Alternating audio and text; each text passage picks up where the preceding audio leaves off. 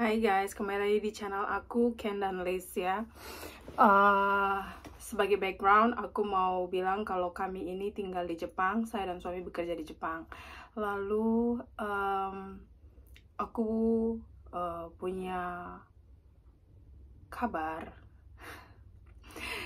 bukan tentang diriku ya, tapi tentang kematian dari Bapak ex Perdana Menteri Jepang, Bapak Shinzo Abe-san, biasanya orang bilang Abe-san ya di sini. Beliau, kita dapat berita ya. Jadi ini hari ini aku bikin video ini hari Kamis. Nah di hari Jumat kemarin, aku nggak salah ya, hari Jumat tanggal 8 Juli 2022 ini ya, dapat pas aku lagi makan siang di tempat kerja, keluarlah berita di TV ya, layar TV di situ. Terus di restoran ya, tempat kita makan. Terus beliau lagi speech karena dia bikin speech hari Jumat, hari Minggu itu mau ada pemilu. Di sini pemilu badan legislatif gitu ya. Bukan badan legislatif, pemilu legislatif. Jadi partai-partai mana yang menang. Nanti kalau partai itu yang menang, baru di dalam partai itu mereka memilih Perdana Menteri, seperti itu. Nah, jadi lagi pemilihan partai mana yang akan berjaya di Jepang sini ya. Lalu ini orang mau cerita sedih tapi kok saya jadi melucu ya, tapi ini bukan, intinya tuh bukan di situ. Jadi beliau lagi speech, kemudian datanglah seorang pria umur 40-an tahun.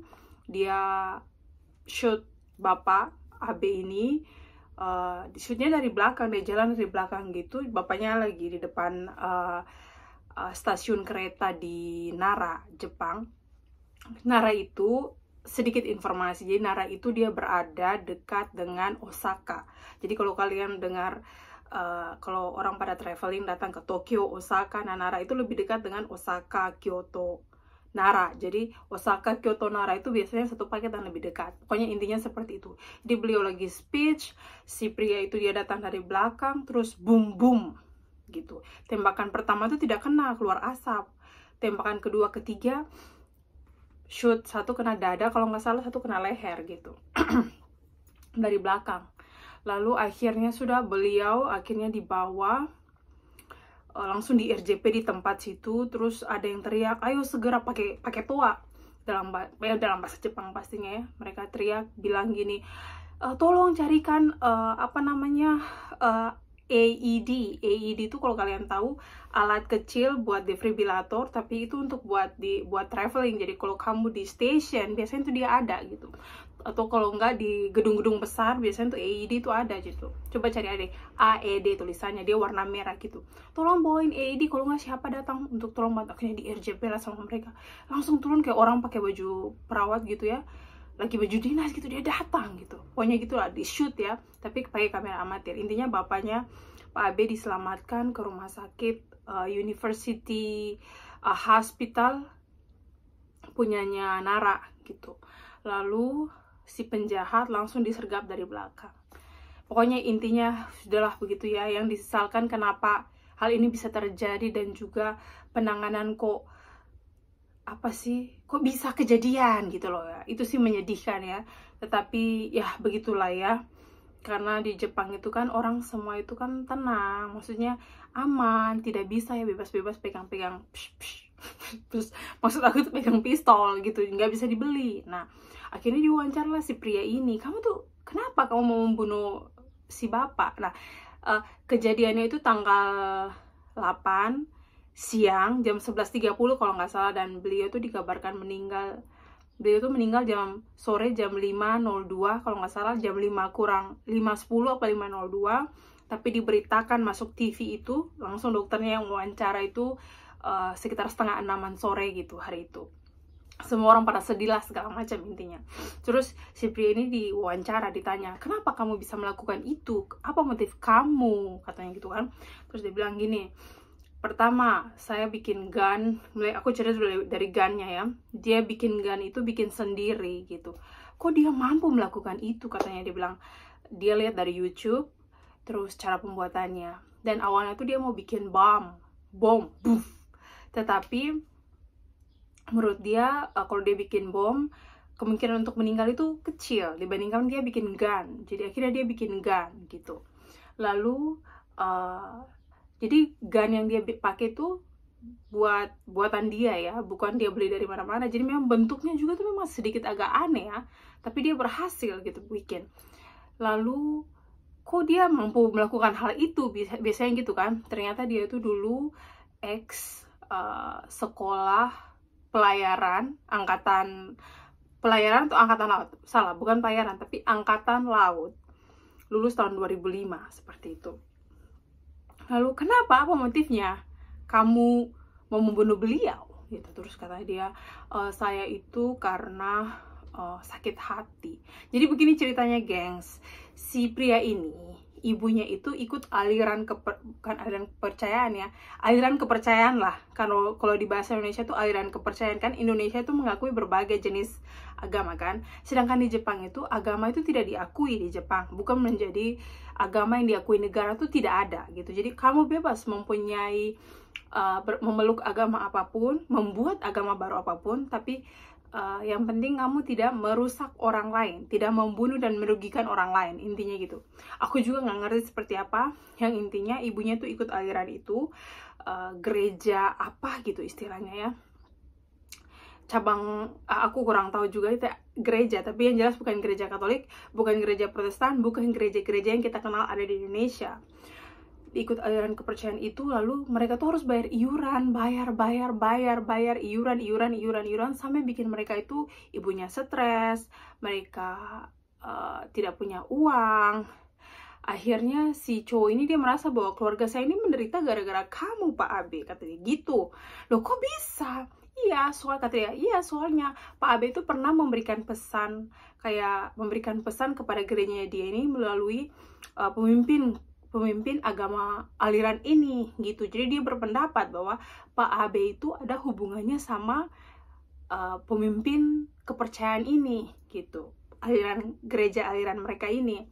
Nah sebenarnya dia itu tidak suka sama kepala gereja aliran mereka ini, tetapi dia bilang, daripada saya bunuh kau, saya tidak mungkin ketemu kau, jadi lebih baik saya cari Pak Abe saja. Dan kalau Pak Abe kan dia kemana-mana kan, maksudnya lagi kampanye apa bisa ketemu, menurut dia seperti begitu. Jadi dan menurut dia Pak Abe itu pokoknya ada hubungan sama gereja itu, padahal Pak Abe itu tidak ada hubungan. Pak Abe itu dia bukan pemeluk agama juga bukan gitu. Nah